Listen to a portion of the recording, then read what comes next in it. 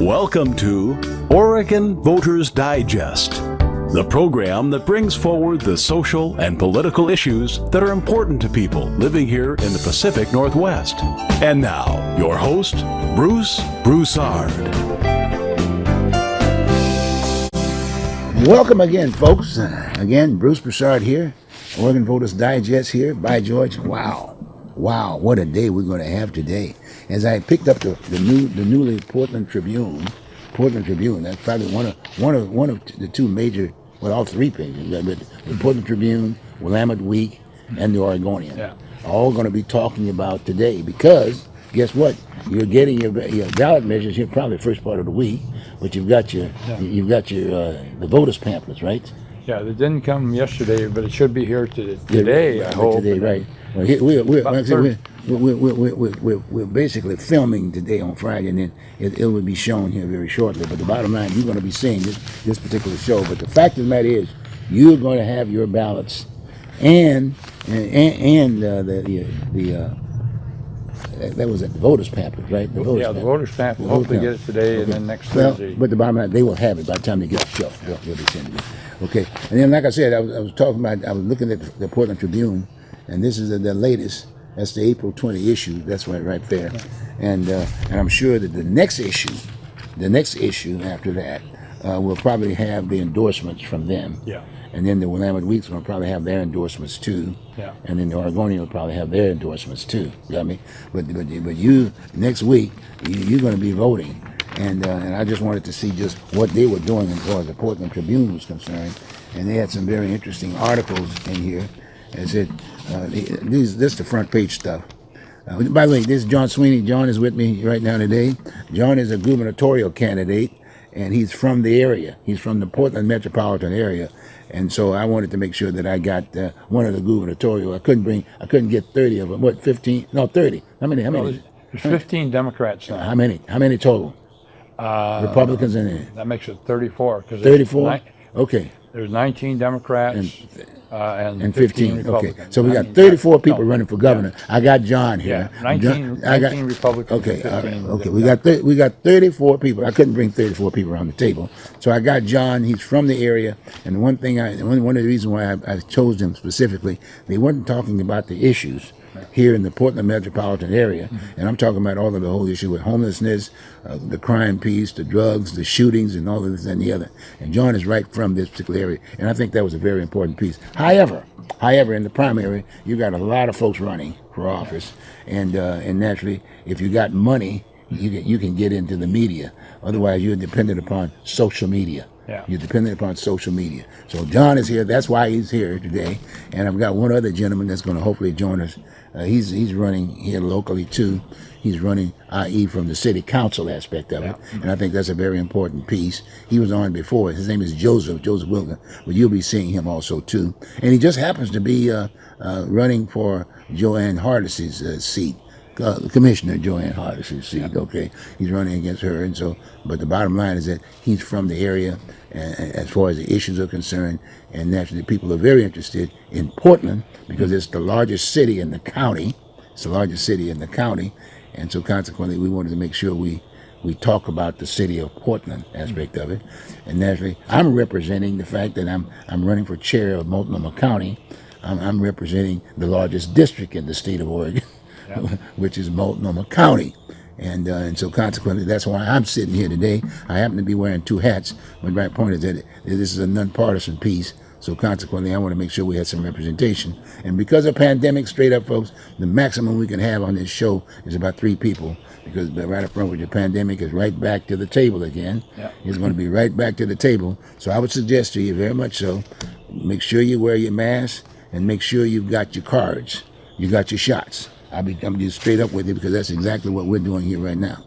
John here has his card and he also has his mask. I have the same also too. And so I'm suggesting to you that get your shots and wear your mask. Both of them, okay? Get them, all right? And naturally right now, stay at home until you can figure out what's going on because the media doesn't know what's going on. The media is going to bring it. Thank God we got the media. You got TV, you got radio, and you've got the newspapers, the hard copy aspect of it, and so it's very important. And then a lot of us don't look at the news. A lot of us don't look at the news, and they don't look at TV, the news, if you will. They don't look at the newspapers and this, that, and the other. So that's another issue, and it's a fact. You know, we're right into the primary, so the voters, it's a lot of that stuff. I'd say maybe this time around, I'd say about 8 or 9% of the people are not going to vote at all. Yeah. They're just going to round file this stuff, okay? Just paper that's going to be round file. And then the other 85%, I'm saying it's going to be a high number. It's going to be almost like a presidential race in this time around because you got so many people running. You got so many people running. You got so many people running. So consequently, people are going to get involved. And I would suggest this straight up, and I'll let John come on in. I'm just giving this introduction piece, let you know what we're going to be talking about. The idea is that there's going to be a lot of people running aspect of it, and so consequently, we're going to have a lot of people picking up the newspaper, and looking at TV, and depending, and because they're going to be at home, they're going to be most people going to be they're being told to stay home, if you will, and get their shots and all this other, and be cautious. So consequently, hey, the only thing you can do at home is turn on the TV set, and if you can, so mom and dad and some of the other folks that are around, please please turn that TV set on the newsy kind of things as it relates to the races that we're having and some of the issues that we're talking about. I know Ukraine's going to be all over the place. That's going to be on. I mean, limit yourself to a certain degree. This is primary time, and I would wish that we have runoffs. That would help out, because if we had runoff in some of the major races like governor, like the county, both the district number 2 for Multnomah County, and also the county chair position. Hopefully we'll have, and also the city of Portland. I hope if we had runoffs, meaning that you'll have the top 2 people that would garner the votes, and then they would have a runoff in the general election. Right. That would be in the general election. So after the primary, then May we vote, and then after that we'll get the top. Hopefully get the top 2. That gives us more time to talk to the majority of the people about the issues. Yeah. Very important to talk about the issues, okay? John, want anything to add on that piece? What do you think? Yeah, well, in Multnomah County and the city of Portland, nonpartisan, for the to win outright in the primary, you have to have 50% of the vote plus 1. And so... Well, 51, just say 51. We're talking about lay people, not 51 plus, because they're trying to figure out what do you mean plus 1? You? No, I mean 50% of the vote plus 1. I understand that. I'm just saying we're talking to the people. Okay. The lay people. You need 51%, right? Correct. Okay. And the thing is that the latest, as I understand it, they're allowing for the postmark, and so on a real close race, they may not have a final count until 7 days later. Oh, okay. Which should be be May 24th. Good. That's giving us more time. Oh yeah. Please don't round file those ballots, please. Yeah. Okay. If you got a neighbor that round filed it, I don't like it. This, that, and the other. No, persuade him that it's very important that he vote for somebody. Okay. And there's not going to be any Mickey Mouses on the ballots this time, I hope. Well, one of the real surprises is the fact that the unassigned voters outnumber both the registered Democrats and Republicans. Okay, what do you mean unassigned? Well, they got a driver's license and they're automatically registered to vote, and they didn't select their party at the time. And maybe they said, wait a minute. Well, where'd you get that batch of voters? What's this unassigned? And they didn't get. What do you mean? They changed the law. Who was that? What was that about?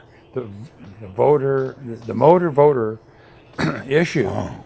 And so the thing is, when people sign up or they renew their licenses and say they're not registered, they're automatically registered to vote. Was that during that particular time when they had it was about this whole issue about illegals being able to vote? Yeah, this is a new time that this happens. See, so this is and it's starting to take effect because people's driver's licenses are good for about 4 years. Well, they missed a couple of them. But now they're into it deep enough. I know. But the politics of that, though, was the illegals, right? Legal and illegal. That was part and parcel of the politics. I still remember that about they were just automatically certify them to be able to vote.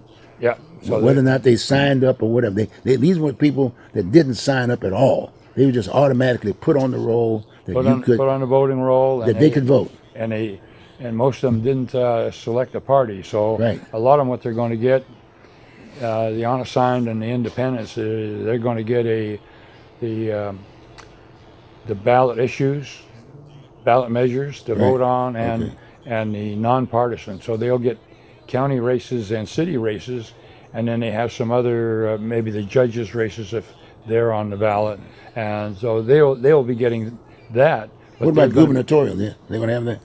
they will. They will not be able to vote for the governor's race. Correct.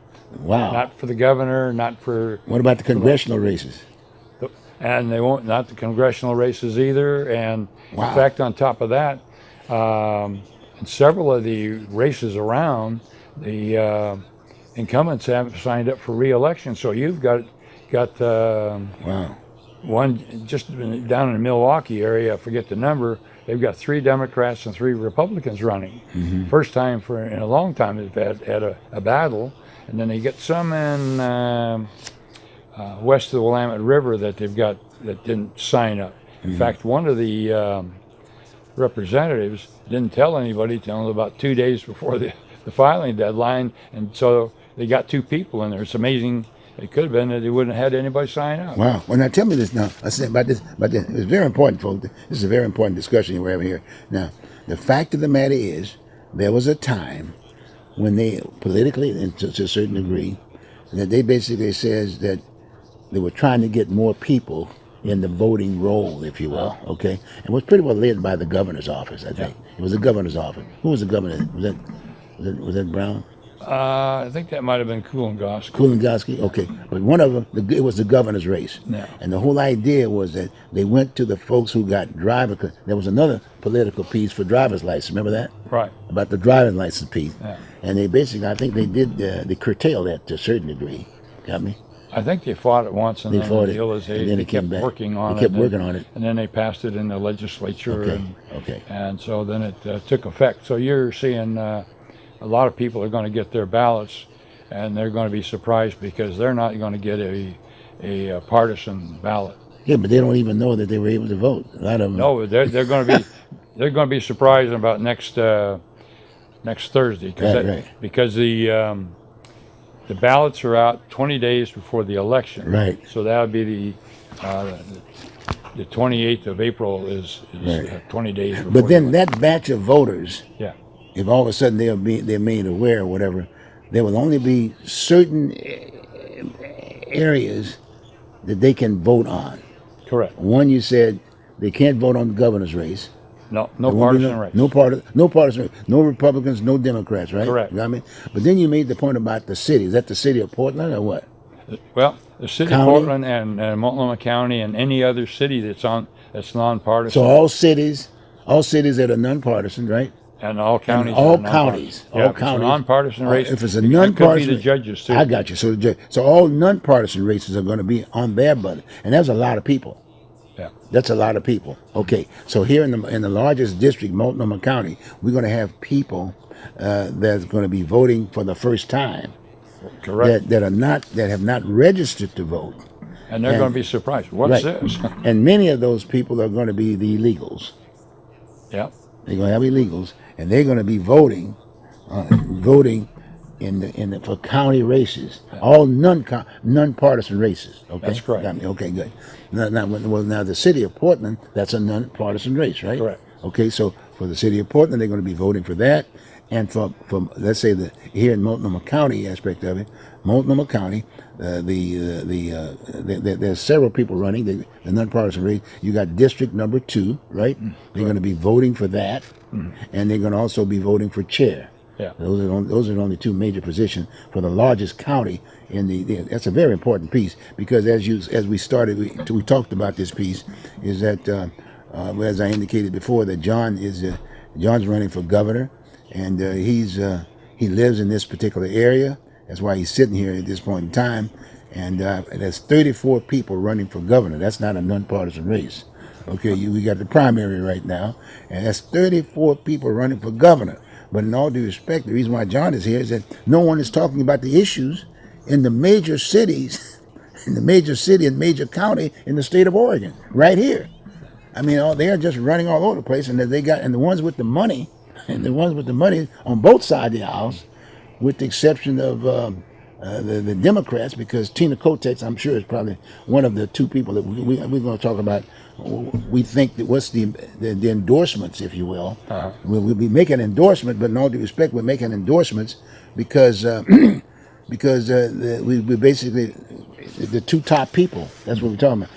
So in the governor's race, on that end, on the Democratic side, right? We've got Tina Kotek. And was it Tobias Reed? Tobias Reed. Tobias Yeah, the Reed. big money Now guy. that's a partisan race. That is partisan. So the illegals are not going to be able to run on that piece. And then on the Republican side, we have a couple of people there that raise money. We got Pierce, the doctor, the good Dr. Pierce. He ran the last time in the governor race, and so you would think where he's at. And then you've got the number two person. What was that we were talking about? The other two person? Christine Drayson and Bob Tiernan. Yeah, Bob Those probably Tiernan. about the top three money-wise. And so... well, we got Tina Kubeck and no, that's right. They're D's.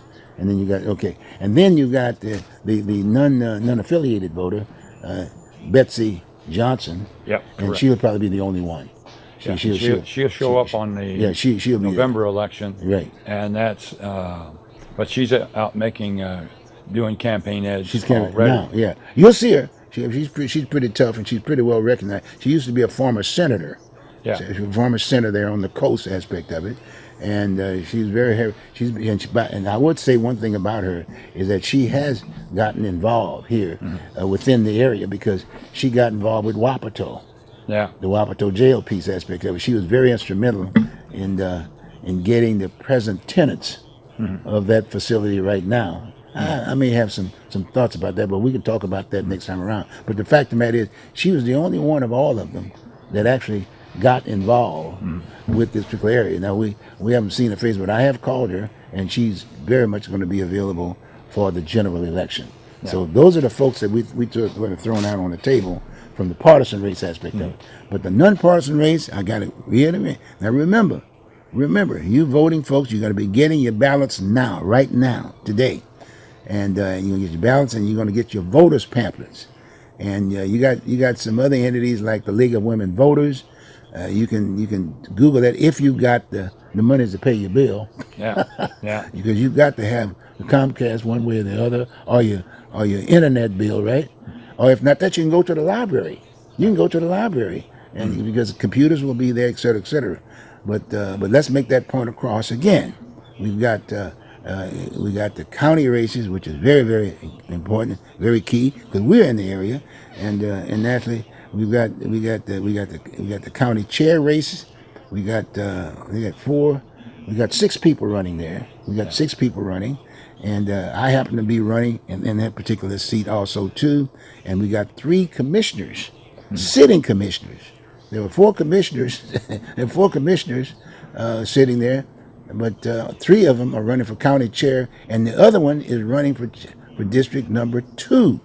District number 2, and that's kind of an interesting race too, because the other person, I say the top 2 would be Shashila. She's a sitting person, but the other person is a lady by the name of Elizabeth Taylor. I say Elizabeth. Boy, that's quite a.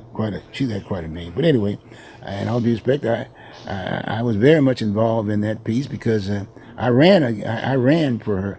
I ran against Shashila Shabir back when, and there was a Hispanic woman that ran there, and there was another person from the community, and we were very much involved in the community aspect of it. But the politics was so heavy that they chose her. Yeah, they chose Shashila. But this time around, we got someone from the community, and I'll be right up front with you. I reached out and advertised to the community that we need some folks from the community here in the metropolitan area here, and with the largest city aspect of it. And guess what? There was a couple of people that responded, and that was Miss Taylor and the gentleman by the name of Derry Jackson, and you have to turn that. Let's see, we got a phone. Turn that phone off. She's getting that phone off. That's okay. But anyway, it's some interesting stuff. I'm just giving you some facts aspect of it, and so consequently, it's going to be a very interesting aspect of it on that particular piece. Now, let's go from there. John, keep Well, you talking. got the sheriff's race in Yep, Multnomah you County. got the sheriff race. We got the sheriff race. That's huge, and right up front, folks. If you tune in your TV on Tuesday, Tuesday night. That's this. I'm sorry, Friday night. Tune in up Friday. This Friday, we're here. This Friday night, and that's Friday past because we're taping right now. Yeah. But the fact of the matter is, they're on YouTube. They're on YouTube. I interviewed the two people that are running for sheriff in the city of Vancouver and the city of Portland, in Portland for Multnomah County, and I interviewed both of these individuals, Ray Reynolds and Derek Peterson. Okay, both are running for sheriff, and there's only two major, two individuals that are running for each of those races. There are two women. I reached out to them, however, didn't get any response to a certain degree, and we reached out basically via the Voters Digest on the talk show aspect of it, and I'm sure some of their supporters were watching, but they've not returned their calls, if you will. But those would be the top two. Those would be the top two, and both of the top two, very experienced. Both of them are from their respective. Let's see, Peterson is a sheriff person now. He has about 34 years or so in the sheriff department, and then the other young lady that's running for sheriff also works for the sheriff department, so she's running. And then in Vancouver, the gentleman running for sheriff is a Vancouver cop, Vancouver police, and he's running. And then the other young lady, with all due respect, I think she's also a policeman person, or if not that, a county sheriff, Vancouver sheriff. Now, those are the people. So those would be the two people, and hopefully, neither one. I'm saying neither. It would be neat to have a runoff. Yeah. It'd be neat to have a runoff, and maybe they can each get 50-50. Yeah. Well, one interesting thing about Clark County, Washington, and Right. Multnomah County, Oregon, is the fact that you have a lot of criminals. They commit a crime in one county and state, then they dash across Exactly. one of the two bridges into Exactly. the other side. So Exactly. you got people coming from Washington Exactly. that we're involved in catching, and people from Oregon that dash into Washington Exactly. that Exactly. they end up catching. Well, So, that's why I interviewed them. yeah. And we talked about this, so very important. Watch that show. Yeah. Watch that show, and you'll get a good feeling. Just what John was sharing with you right now is very. Because at one point in time, it was Vanport. It's still considered to be Vanport, Yeah. Vancouver, Portland. That's what it Yeah. means, folks. A lot of folks didn't understand what I was saying. Vanport. No, Vanport means Vanport and Portland. Yeah. That's like John was saying. They dash back and forth, and right up front, they should be a part and parcel of a solution here of the whole issue with the homeless issues and mental illness and crime and all kinds of things, if you will. Plus the fact, John, there's another entity. Unfortunately, they're not running. To a certain degree, they are, but that's the national presidential race. But the whole idea is that we got a lot of folks as a result of some of the activities by the city. Yeah. We had a lot of folks from outside of Oregon coming to Portland. And they're residing here too. Yeah. They're residing here too now, today, and they're bringing new kinds of ways for crime and all that other good stuff. They're all part of the process too. So it's to me, it's very, very important. It's unfortunately, I tried to get to those gubernatorial candidates to come and discuss and be at the table talking about the city of Portland and the county. And a lot of times people just didn't understand what that's all about. And the city of Portland is not the county. No. You know what I mean? The county represents 4 districts. And in those 4 districts, they represent various cities. Like, for instance, you've got Gresham in that area. You got Troutdale. You got Maywood Park. You just go on and on and on. Yeah. You got a bunch of cities. So, but the fact of the matter is, most of the activities for all of the issues that we're talking about, as far as the crime and this, that, and the other, exists in the Portland area, Yeah. i.e., District Number 2. Go on.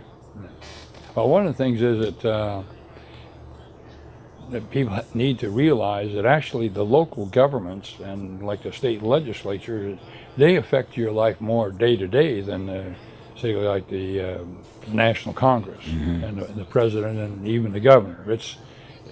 What really affects your day to day life is your city and county, because they're right on you just like a blanket, and sometimes it's not a good blanket, and especially right now with all the shootings that are happening in one area, and they're just not doing anything about it. You know, like they say, the police usually show up about 98% of the time after it happened. So the deal is that the people are on their own, and especially it seems to be happening in poor areas where the people don't have firearms to fight back, or maybe they've got a police record and they're not allowed to have a firearm, and that's really tragic, you know, and they're some are living in cheap houses, so when the bullets fly and they miss their target, they go into these houses and they penetrate pretty deep, which is really disgusting, you know, from a moral standpoint. And so they can, in my case, you know, if they're not going to do anything about it, I just have to come in with the state police and the National Guard. And I wasn't. But then that's political. A lot of times the city objects to that. I don't care. Yes, but I'm just saying, you got Wheeler. Well, you got to look. Mayor Wheeler he doesn't like the idea of that, because we got the whole issue of activism and the liberal side here in the city, and that's the way the people are, right? But the people of Portland are Oregon citizens too, and they deserve protection. You know, they can't do it themselves, or they don't get local protection. You know, I was in the National Guard and got called up twice for civil disturbances.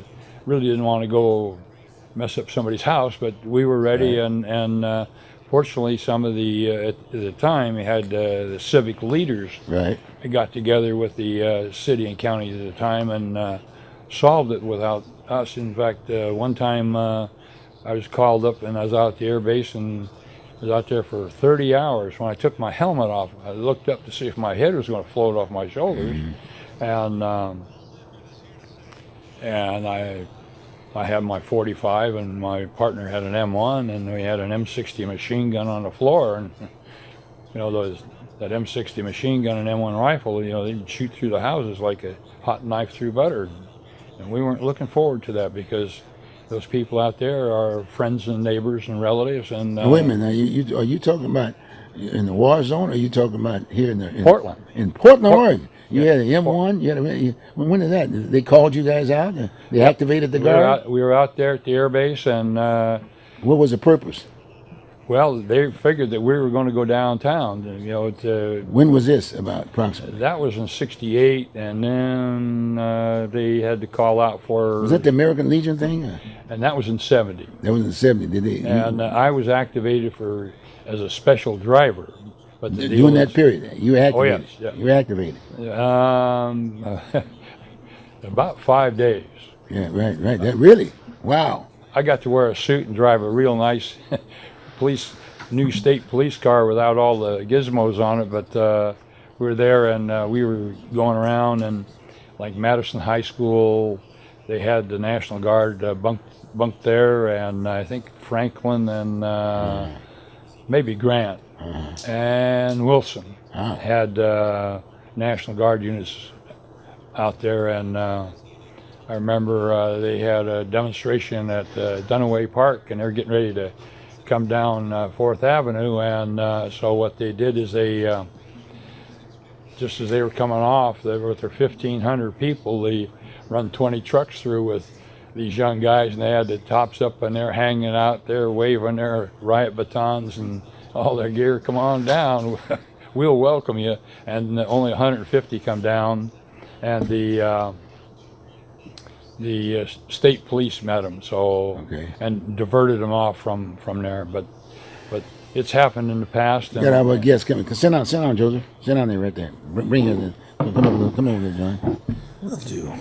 Okay. But anyway, the deal is that it's been called up, and the deal is that we have to. Hold up for a second. Hold up. Welcome, Joseph. No problem. You have your mask and your card? I do. You got your shot? I want to make sure we got that squared away, buddy. covered. Because pandemic is back at the table, and we don't want anybody at this table. Because I want to be here at the next show. John wants to be at the next show, and we want you to be here at the next show. Okay, Exactly. sounds good. But anyway, welcome aboard. Thank you. We were just going through a discussion of, and by the way, Joseph is here. Might have been a little earlier now but the fact that he was on his job. See, and he had to get on his job. Even though he's running for city council, he doesn't have the $1 million in the bank to be able to say, okay, fine, I'm out of here. No problem. But welcome aboard. Thank you. But we're just going through a discussion about what were some of the activities here within our area. Okay, and we'll talk a little bit more about the other people. Pertaining to? But we're right now downtown point when the American Legion back in 1970 up in there. Oh, okay. You were there I was a doing little that? young. Okay, but anyway, but the bottom line is we're discussing that, and I was just getting ready to intervene with John because that was just about the time I got here from Vietnam as a Marine recruiter. Oh, wow. And guess what? The captain of the unit assigned me to hold the American flag downtown on the diocese. And that was a very interesting time. And there I was sitting up there with the American flag, and the guys that were on motorbikes and this, that, and the other were driving by, and they were riding all over the place and whatever. Not heavy, but everybody was sitting at the table. Welcome to Oregon Voters Digest, the program that brings forward the social and political issues that are important to people living here in the Pacific Northwest. And now, your host, Bruce Broussard. Welcome again, folks, to the Oregon Voters Digest. Boy, we're ready to vote. Everybody's ready to vote. We got a primary race coming up at this point in time. That means one area that basically will, i.e., come up with the top two people or one person.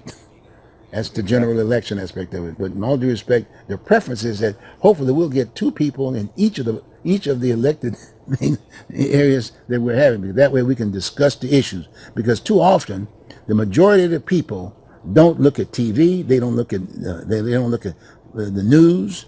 They don't read the newspapers. They don't, etc. And the same thing with radio. Only a select few folks basically identify with those areas. So basically, you'll start getting maybe a third of the people that are going to respond in the primary to a certain degree. But because of all the folks that are running, I think we might get maybe half of the people that's going to vote this time around. Because we got 34 people running for governor. I mean, wow. We got the whole issue of Portland. We got the county. I mean, we got the district commissioners that's got responsibility for their district, and they're spending more of their time trying to figure out what's in Portland. Got me? And that's why I'm running for chair of Multnomah County, so I can get these people to go back to their respective district and do their job. You got me? So if I can get that point across, and there's at least we have a runoff, then we can talk about it some more. And I'll have the same folks. I may not be at the deal, but if we get two people there, we'll be ready to bring these issues up. But anyway, we had a little technical difficulty, and so, but anyway, we're back. We're back on at the table. Joseph has joined us now. Joseph, who happens to be running for city council, he's running against Commissioner Joanne Hardesty. And Joanne is a person in her own rights aspect of it. And I'm sure we want him to share his thoughts about why he's running. But primarily the reason why I have him here is because how important that race is. And he has a nonpartisan mind, and he's basically right up front with it. He works. I mean, he's been around, and he's been in the community. And so the name of the game is that he's running, and that's good. This way we can talk about the issue. This is not talking about her personally. No, she's sitting in that seat. She's sitting in that seat. It's not about the person more than it is the seat. And that seat has to represent the entire city. The entire city. It's not just one district like the county or whatever. It's the entire city of Portland, the largest city in the state of Oregon. And in many ways, a lot of times, I got to give her credit. She's one of the very few, other than Mingus. She's the top person that brings issues to the table. Right up front with. She brings them up to the table, whether you like it or not, but she brings it for discussion. But the fact of the matter is, she's running for office. She's running for a second term. And we got several people that are running. But of the people that I saw that were running, I figured that Joseph has more of the nonpartisan way of dealing than the rest of the folks. They have their own personal. That's my opinion. okay, based on my time sitting in the seat that I sit. I've been around for a couple of days, folks, and then don't forget it. I'm being very straight up with you because I spent a lot of time. You don't get wealthy sitting in my seat. You don't get wealthy. I mean, the bottom line is, you take the whole issue up. So, and that's okay. Okay. So anyway, we're right back to the table again, and maybe we'll start off with Joseph. Welcome, Joseph. Thank you. Okay, good. Great to be here. Good.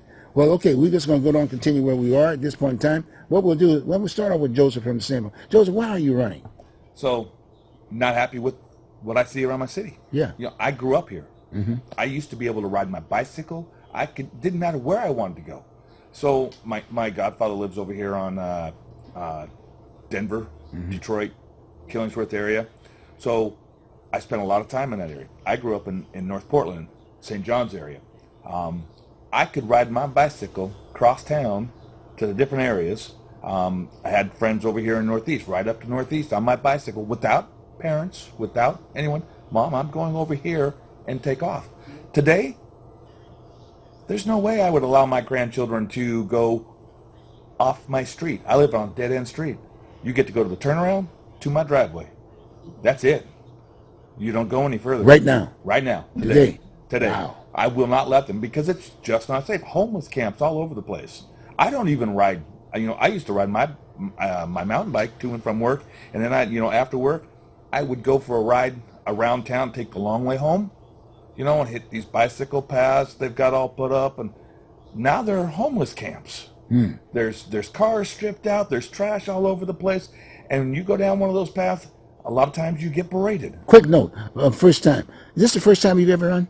No, I ran for mayor in 2020 as a write-in candidate. Oh, did you? Yeah, As I a write-in. wasn't satisfied after the primaries with our choices of Wheeler and Anne Arone. Okay. So I jumped in, ran a write-in candidate, did fairly well. The write-in for that year pulled down approximately 14% of the vote, right around 47,000 votes. And the other candidate, Rayford, she pulled down KGW, I believe it was like 6,500 votes out of 46,500 to 47,000.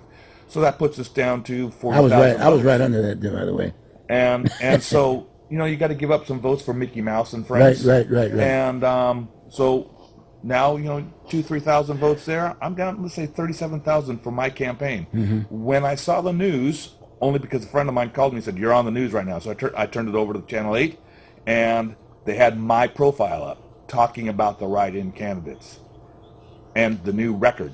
Historically, Portland the write-in only gets 6% of the vote. 14, almost 14%. 14%. History made Write-in. Write-in. History. And they had to spell my name correctly for me to get all those votes. Right. You can't say Jay Whitkin. You Right, have to right. say Joseph. Joseph went. And you have to spell it correctly. And so that's a lot of votes. Oh, people good point, putting in. folks. Hey, that's a good point. Hey, again, write in. If you want to write in for governor or write in for city council Yeah. or whatever, you can do it this time around too. Yep. Right? Am I right? That's right. Okay, That's right. You can okay. do it this time, and you can do it after May. You can do that too. Oh, okay. Yeah, right up to the midterms. Was that right? So that's what I ran. Okay. So the reason why I didn't run, there were 10 people on the primary May of 2020 Yes, it was. for mayor.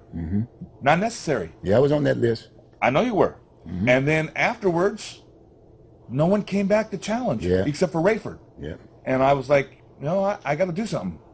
No. I heard this little voice in my head You saying, said "Run." I earned her on. She was the only one. Well, she was the challenge. She was the second place. Right. But Rayford came to run the write-in also. Oh, she did she write in? She was a write-in also. So Okay. there were two of us. They never mentioned that though. Oh, yes, I did. I'm just Someplace saying- in my files, I have a screenshot of Wheeler, Anne Arone, and Rayford, and then it says the write-in.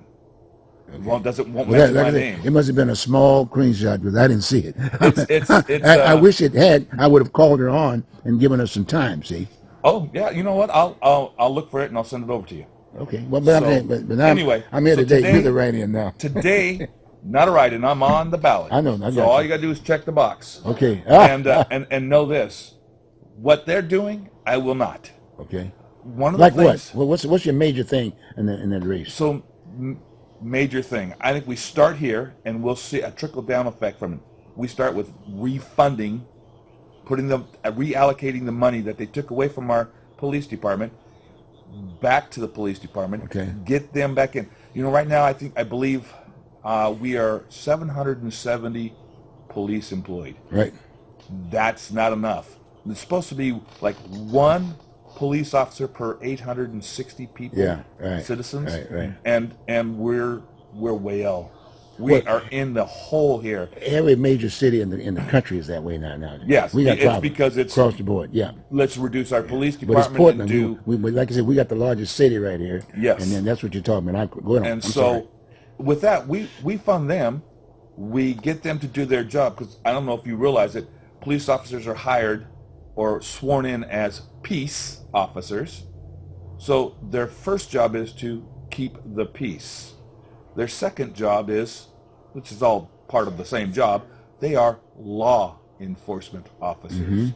So the second part of their job is to enforce the law. So it should be common knowledge to anyone out there, if you break the law, an officer is going to show up, is going to assess the situation, attempt to keep the peace, and if he's met with force or resistance, he's going to apply force to take the control of the situation at hand, to keep himself safe and the general public safe. Okay. That's his job. Okay. We hired him to do just that. So let's let them do that. What will happen is we'll start seeing those people who can get off the streets, who choose to be there because they want to buck the system. They will leave, because, like most of us, we don't want to go to jail. I don't want to be in jail. Well, let's make, again, another point. Let's make another good point about the situation that we are in right now. We're short of police officers. If you notice, the arrival time on any kind of a train is pretty long, right? You got Yes. me? And I tell you what, one of the rationales behind that is that before that, when they had the numbers, there was always 2 people per car. Exactly. Now it's one person per car. A lot of folks don't realize. That's why you see all those cars when you see them on TV. There's only one person. So one person that's going to run up in a crime scene, and with the idea with all these folks that are shootings, all this, that, and the other. I mean, in all due respect, they're still human beings. They could be shot. They're being shot too. There's that aspect of it. Yeah. So that's a serious problem. So what you see now, all those cars come at one time. They get Right. It's not one guy goes in there by himself. So that's a good point. But that's a very important piece. Yes. They need 2 people per car. Exactly. So they can't cover this city. It's a large city Yeah. with all these issues.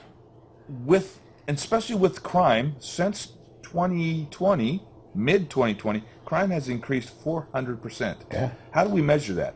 It's difficult, but it's easy in the sense that the police record all their calls. And like me, I had to call once because my car was broke into right in front of my house, 3 a.m. in the morning. Smashed the window. They crawled into it. They made the mistake of opening the door and set the alarm off. Okay. And so I came out as they were racing out down the street. Too late. Call the police. Look, I'm not trying to intervene more than, but bottom line, we got about 15 minutes. I want to make sure that we're going to talk about some other things at the same time. But at the same time, I want you to talk to from the standpoint, what do we do since we do have a shortage of police? So How do we deal with the issues as far as how do we get the voters, the homeowners, to get involved? Because a lot of them, i.e., if they see a crime in the area, they see it, but they don't want to report it because they figure there might be some reprisals with the folks. So how do we deal with that? Because we used to have cop watch. People used to walk around their houses at night, you know what I mean? Neighborhood watches. Yeah. They don't do that. In all due respect, that needs to come on. But they do have a tool that they might be able to use. This little tool right here. They could just basically be right there. When they see a shooting or whatever, they might say, "Go on, let's take some pictures or see if they can get the license plate or something like that from the window." If turn their might be a camera little on. faded, Turn their video. turn their And start camera. videoing. And the other thing I'm going to suggest is that what happens when if there's a kidnapping right now? What normally happens on TV? Because everybody's at home now because of the pandemic, right? Right. They put that amber light at work. That's They the amber intervene. They intervene in the regular TV and stop it and say, "Boom, it's amber," and they'll put it in the deal. They do that on your phone. Right. See, so besides the phone, but TV too. But what they could do now, if there's a shooting, because they got a lot of shootings and whatever, they can say red light. See, a red light, and they could just say red light rather than amber, is there's a shooting in this area, so everybody would know. So all of a sudden, we tell people in that area, because they got another app, if you will, Yeah. that says the people gets together, right? You got me? And then they'll say, okay, fine. Hey, the shooting is here. The shooting is here. They're driving down my street. They're driving, and then by the time that the police could come and do something, Well, right, John? Yeah, 2 points. One is actually the crime is higher because so many people figuring that they're not reporting it because what's the use? I would, probably about 20% higher. They just nothing's going to happen, so they just suffer the loss. And the other thing is the organization. You look at the city of Portland, and you have police, fire, and 911 is under 3 separate bosses. It should be under the police commissioner, which is the mayor, because they just can't walk down the hall to talk, because if 3 or more of them get together, they have to have advance notice to the press so they can be there to record it, so that they can't make any decisions in secret. So if they have the 3 people under the mayor, then the deal is they could get together any time. The only issue I have with that is I don't want the mayor to be a part of it. We need a commissioner. We need it away from him, because we've seen the mayor fail at doing his commissioner job. So I'm like you. It's that mayor. It's that mayor. That mayor. I served under Trump, and it was different. One of my things that I would like, if I win this position, is I would like to request the fire department, the police department, and transportation, because I see them all going hand in hand. And so as they work together, I have a criminal justice degree. So with my degree, I can relate to the fire department and the police department and help them improve. And we can get answers, resolve, and move forward. Now, I want to go back to, I don't know if you remember, but when I was a child, our peace officers came to school. Okay, but before you leave this, that's a very important piece that we're talking about. Now, you know that the Charter Review Committee, right now, they've got a committee of about 20 people or so. They're basically proposing that you have now the district, districtize the city into 4 different districts, okay? And they're going to have 3 commissioners per district. That's 12 people. Now, wait a minute. And they're going to have a city manager. That city manager is going to be in the position to be able to hire and fire all of those people. So my point is, as far as putting people together, I'm just saying to you, they're talking about the issues. So, I mean, that's serious business, because they're going to be voting on that here very shortly. So it's important to talk about this while we're sitting here. So with that, what do you think about a city? No, we're an at-large government right now in our city. At-large. That means that we have 4 counselors. Right. We have 2, an auditor, and then we have the mayor, who's also a commissioner. Right. So 6 people. Right. Now think about what you just said. 3 people per district. Right. How many districts we have? 6? No, that's what they were proposing. That's what That's they what I know. I don't like the idea either. I know. But 6. Yeah. So 6 districts times 3. That's 12 people. Baby. Think of the tax burden they're asking to put on the civilian, the citizen of Portland. Yep. It is incredible. Yeah. We don't need that. What we need is more common sense, down home, honest people who will step out of the norm and step into one of these positions and fight for it. That's what I'm doing. I'm your blue-collar worker, been one all my life. I understand the Friday to Friday paycheck living. I know what it's like. I've fought. I've worked 2 and 3 jobs at a time to make sure that my children didn't live the life that I had.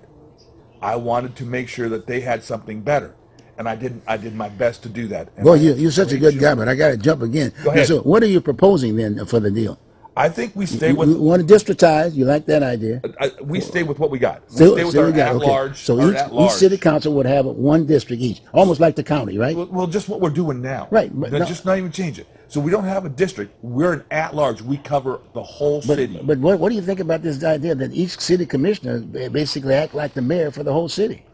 And no, it would be nice because it gives a person a lot more power. Then we don't want to do that. No, that's what they're doing. That separates No, us out from I know. working together. But what do you do with them? Do you assign them a district, or do you just leave it the way it is? I would leave it the way it is. But then- make them work together as a team. Yeah, but they're not working together. That's the well, problem. that's That's where the problem. So that's how do you where- deal with that? we spend more time right here at the table. At the table. We get Yeah, we get to table and we work on stuff together. You can't. I but can't bring my Joseph, priorities and say this is the best deal, and you guys are going to listen but to Joseph, me. but check this out. But in all due respect, you're running against the same gal that's doing the same thing. I mean, I'm not trying to do it, but understand me. She's over here. Mingus is here. You got Dan here, and you got the Hispanic woman Rubio over here, and they argue among themselves, and they can't get the majority vote. Then the mayor is a vote also too, Right. and then he's kind of like out because of the national thing that he brought in. He's got a lot of stuff on his plate aspect of it. So in all due respect, the only option he has is to take all of the bureaus and put them and take them, and he can run it himself, like Bud Clark did at one point in time. Got me? So he can just run the whole deal. But then he's got another problem because he still has to bring it back to the table for a vote, and then they'll get together just to vote against him. Right. So we got a problem. So how do we deal with that piece? People can't get together, so what do we do? So the one thing that we're working for right now is putting 2 new people into this office, into the commissioner's position. So now we have 2 fresh faces who are willing to bring in. You got fresh and Dan. new You got ideas. Dan Ryan. Yes, somebody's And running against Dan. Dan Ryan's up, and Hardesty's and up. Hardesty. That's it. So those 2 are up. So Mingus Mapp's a good guy. I voted for him. Okay. So I haven't heard much about him, so I'm in the blank. Okay, I really so you don't got know what me- he's you doing. got me- so but who else? Mingus is up there, and then You got Dan Ryan. If Dan, Dan's out. If Dan gets voted out, we'll have that whoever wins his position. what do you think about Dan? I'm not happy with Dan. So I was on a meeting with Dan, and he says generally that he stopped the defunding of the police department, and that's a half truth. He stopped the full defunding, but he still allowed it to be defunded and shrunk down, and then they reallocated the money someplace else. And Hardesty, her comment was in that same meeting that I restructured Okay. the police department. Okay, so we got rid of a whole bunch of people and crime went up 400%. Well, in all due respect, okay, here we go again. The argument. The bottom line is that her lane, as I knew because I've been around the aspect of it, her lane was police because she was working for the Albina Ministerial Alliance. I mean, so my point is that was her lane. So okay, but that's one. But Dan's lane, in all due respect, closest to homeless because his brother died, as you know. He was Oh, I on the didn't. streets. I didn't. Yeah, he died. He died with drugs and this, but he was a homeless person. So he really has a passion, if you will. That's his lane. You got me? But sometimes when you get into politics, you get all this stuff thrown at you at the table, and you're looking for the vote, and you say, okay, I'll go here a little bit. Yeah, okay. If the defunding thing was pretty high at one point in time, I'm going to vote a little bit over here as opposed to over here. So I'm throwing something out to you. The point I'm making to you, what is Joe's lane? Joe's lane is funding. Okay, Funding. no problem. Want to get that done. it- We need that. Portland citizens, to be fair, they need that. Okay, I'm agreeing with you. I'm just saying to you, I know. if that's your lane, then stay in your lane. That's the no lane problem. I'm in. Okay, Yeah, you're the police. exactly. That sounds good. Because we definitely need someone to deal with that piece. Because in all due respect, the mayor, that's not the mayor's lane. He should give that piece up. Straight up. Yeah. He should give that piece. But it's so political. And the power base, if you will, that got him in there, always like to keep that police thing squared away. Yeah, am I right, John? Yeah. Talk about it. You got about 4 minutes. Give you a minute on it. 1 Generally, minute. the police belong to the mayor, but there's been times when the police department police bureau was assigned to just a commissioner. I think Charles Jordan had it one time for a little while. But the thing is that I still say you need those three together, because the deal is it's a matter of talking about their business, and they can get together and then they answer to one boss who goes to the consul to get it taken care of. And if you look at the city and the county and basically throughout the state, all these people that talked about defunding the police need to be dumped out of office like a dirty shirt. Let me throw something out to you guys real quick. Like, check this out. Who was president of the union not too long? His name was Darrell Turner, right? Yes. A black man, right? Yes. You got me? Who was Joanne Hardesty, who ran and won the seat? She's a black woman, right? Yes. I tell you what, if I was mayor and I was suppose that was not my lane, and she had been working for Albina Ministerial Line, in most cases the majority community always identify blacks with all of the crime aspect of it. Guess what I would have done with Joanne Hardesty if I'd been sitting mayor? I'd make her police commissioner, and then let them debate it between Daryl Turner and then I sit back in the background, let the stuff fly. You got my point. You got my point. You come in and be the rescuer. Oh, I'm the mayor. Yeah, guess you what? come in and be And the rescuer. whatever's on the table, guess what? That's what. Hey, no, we're not gonna. Hey, go back there and talk to them some more. See, you got me? Yeah. Until we get that vote and get that defunding. That definition shouldn't have used the word defunding. It could have been something. But Daryl Turner understands it. Yes, he so, does. So now you got two people, and then you've got someone representing the Albina Ministerial Alliance because she was hired by them. That's how she developed her lane. Got me? Got so it. the name of the game is that we would have been. I think we would have had a better plan during that particular time. Got me?